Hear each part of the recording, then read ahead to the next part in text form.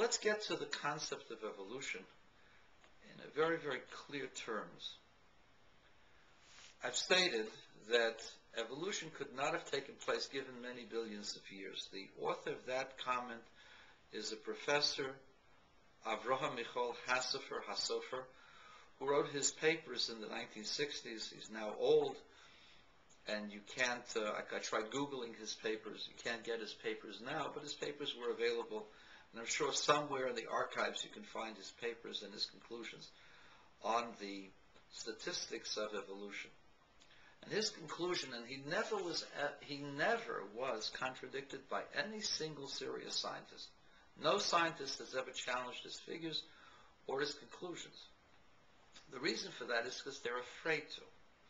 Because there is a politically correct group of people who do not wish to believe in the Bible or believe in a supreme being and want to, by their doctrine, believe in evolution as the reason for our existence. They have a vested interest in that. Politically, psychologically, they have a vested interest in believing that and promoting that to their students. It has nothing to do with truth, and it has nothing to do with evidence. Yeah, there's a whole bunch of things that supposedly you can construct, except for one little thing. You cannot show that animal A became animal B. You can't show that or prove that conclusively. Oh, it's a fact. If it was a fact, you'd be able to demonstrate it. You can't demonstrate it. The best that they can do is, well, we've changed things. We've changed the diets of certain bees, and therefore they're different species. That's baloney. That doesn't work. The fact is that adaptation and survival of the fittest did not explain the evolutionary process, and they had to accept a different explanation. And so they hit upon mutations and random mutations. In the 1960s, there were huge amounts of mutations going on in the South Pacific, and this came as a result of nuclear waste and nuclear testing. A group of scientists from the United States and Australia went to search out the mutations and to evaluate the effects that nuclear testing was going to have upon the evolution of species in this world. And they discovered millions of mutations. Not 10 or 20 or 30. They discovered millions of mutations. How many species do you think they discovered? New species. 0. Millions of mutations, not one new species. And they wanted to know why there were no new species. They had been testing for 15, almost 20 years, from 1952, that they had huge hydrogen bomb explosions in the South Pacific. There's a reason for it. The reason was because the number of changes necessary in the genetic code that are going to be positive are staggering. Remember, a mutation that changes can change back as well, just as easily as change forward. It's just as random. There is no progression of mutations that is necessary. Genetics doesn't necessarily promote mutations. Mutations are usually harmful. And so, random mutations by themselves could not have accounted for the evolutionary process because there are too many mutations necessary to account for changes in species. In fact, the statistics were so overwhelming that it led Professor Hasofer to conclude as follows, that given a reasonable number of years, meaning billions and 20 billion years or so, it is mathematically impossible for evolution to have ever taken place. Those were the conclusions of one of the most respected statisticians in the world after, not before, but after looking at the evidence from the South Pacific, the mutations that were caused by nuclear testing, which was far in excess to the normal mutations that come from cosmic ray bombardment, anything that we've had in the last billions of years.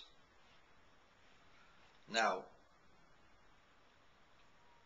No scientist, no mathematician has ever challenged Professor Hassifer's conclusions.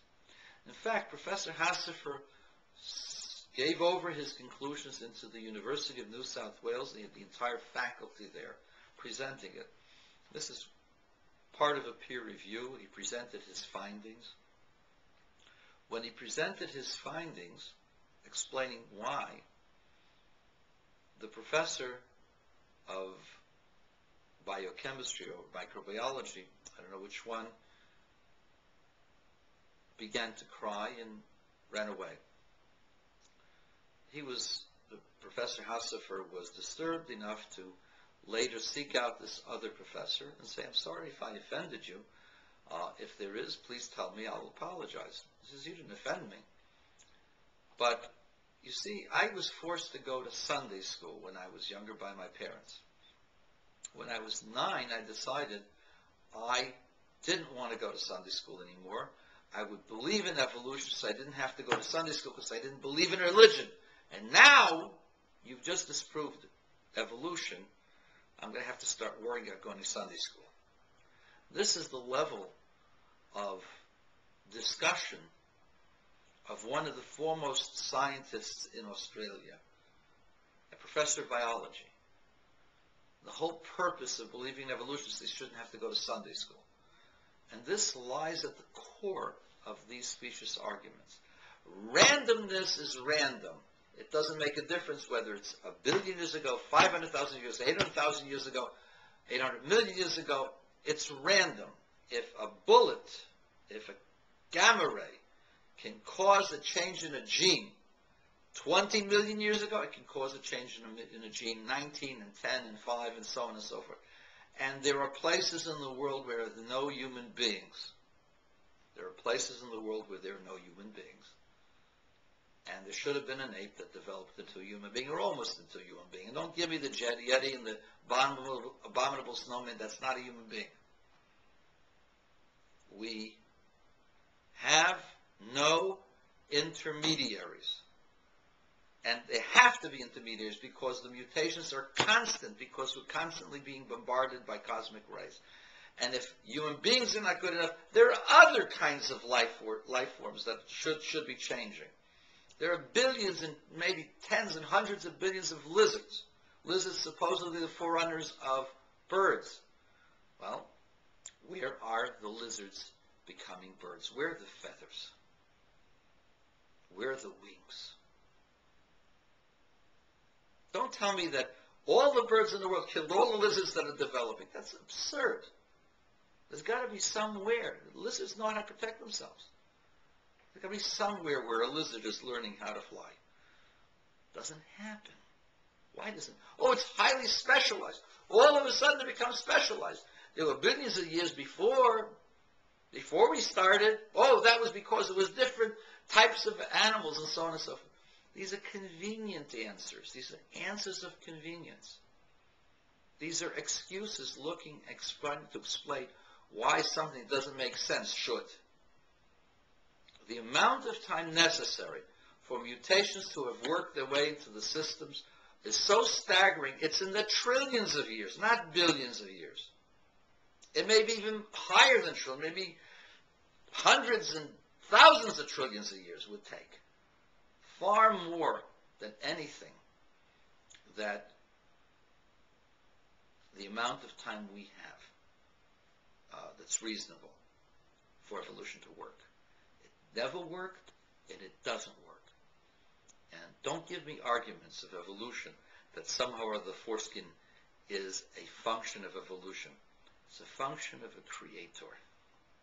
And it's a wonderful thing. It's created by the creator. And for those who are not Jewish, they shouldn't remove it. But for those who are Jewish, God says remove it because I said so. It won't harm you, and it'll help you. For all my friends out there,